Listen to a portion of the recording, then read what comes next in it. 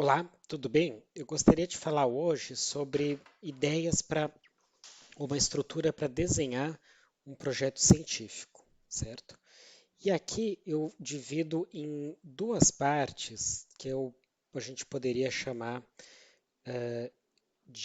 da parte do projeto científico pensando na informação, aquilo que você vai passar, e a outra é a persuasão, como é que você vai convencer quem estiver lendo de que o teu projeto é bom, além, obviamente, do mérito técnico do projeto, certo? Não só isso, né? Mas como é que você vai conseguir vender seu peixe, como a gente fala, né?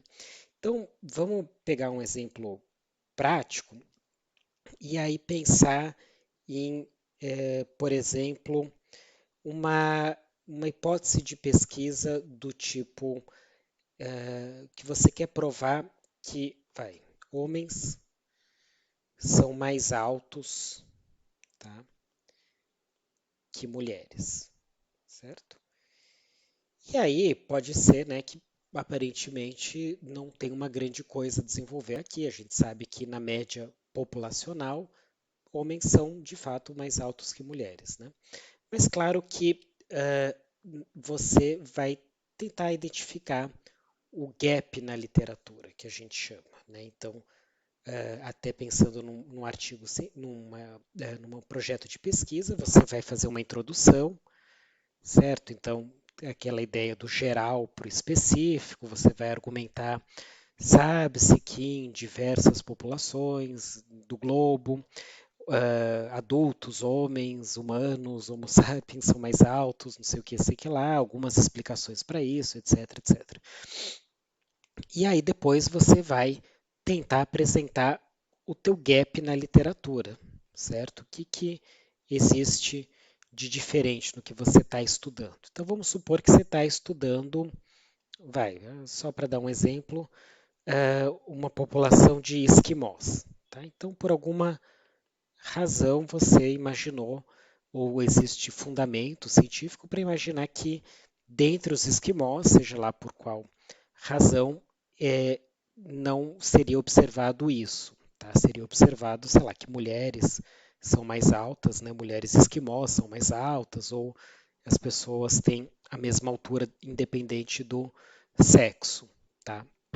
Então você resolve estudar isso. Tá?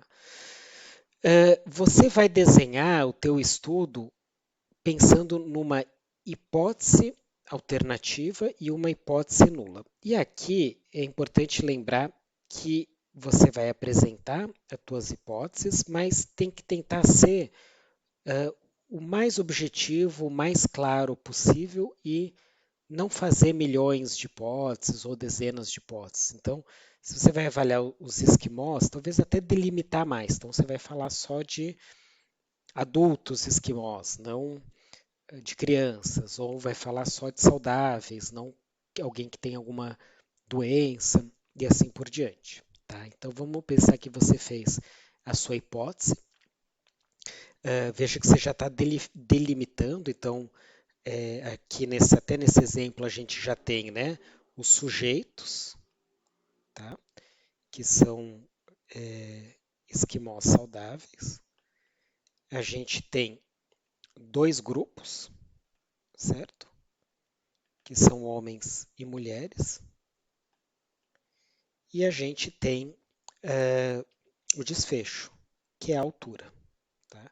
Que também é bom lembrar que nesse nosso caso, a altura não se tem muita dúvida como é que se faz para medir a altura, né, de uma pessoa, mas pode ser condições que haja dúvida, né? Então, um exemplo é a depressão, por exemplo. Como é que eu sei que alguém está deprimido? Foi aplicada uma escala, foi aplicado um questionário, foi um médico que entrevistou, um psiquiatra, um psicólogo, etc. Então, pode ter dúvidas em relação à mensuração do desfecho, mas aqui, para todos os fins, não existe grandes dificuldades. Então, depois a gente vai ter uma hipótese alternativa e a hipótese nula. Tá? A hipótese nula é sempre que não há diferença. Tá? Então a gente vai a hipótese nula seria que a altura dos homens é igual à altura das mulheres. E a hipótese alternativa é que a altura dos homens é diferente da altura das mulheres. E veja aqui que eu coloquei diferente, tá? Eu não escrevi, e aqui eu coloquei igual, não coloquei maior ou menor, tá? Classicamente a gente faz dessa maneira, tá certo? Então a gente vai colocar esses dois questionamentos aqui, tá? E aí depois vai ser desenvolvido os métodos. Os métodos eu gosto de dividir desses quatro grupos: desenho, sujeitos, instrumentos e análise. Então, no caso aqui, o desenho que você vai estar estudando, né, um desenho transversal, né, um tipo de desenho observacional, caso seja uma intervenção, você vai ter um ensaio clínico, por exemplo, tá? Pode ser um estudo de coorte, talvez você tenha uma coorte grande de toda uma população esquimó e vai fazer um corte, né? E seria um estudo transversal dentro de uma coorte e assim por diante. Depois você vai ter os sujeitos, né? E aí você vai definir o teu critério de inclusão e exclusão nesses sujeitos. Então, quem que você vai estar incluindo, né? De qual que seria a idade, né? São adultos, tem diagnóstico, tem diagnóstico psiquiátrico ou clínico, qual que é a idade mínima, idade máxima, tem alguma doença, toma algum remédio, e assim por diante, né? Você está definindo qual que é a sua população, né? Na verdade, a população do estudo para a qual vai ter uma amostra, certo? Muitas vezes, né, nem sempre, né, mas pode ser que apareça aqui, pode ser que apareça na análise dos dados, como que você vai calcular o tamanho amostral. Tá? Então aqui você vai descrever, ou na análise estatística, como que você vai calcular. Basicamente assim, quantas pessoas você precisa recrutar para mostrar ou para refutar tua hipótese nula em favor da hipótese alternativa. Isso vai depender, né, daquelas três variáveis, né, o erro tipo 1, o erro tipo 2 e o tamanho de efeito do teu estudo. Existem programas específicos para calcular isso, depende da tua análise estatística, mas normalmente vem aqui. Depois você vai definir os instrumentos, certo? Aqui nesse exemplo que a gente deu bastante simples, instrumentos vai ser, sei lá, uma fita métrica, né?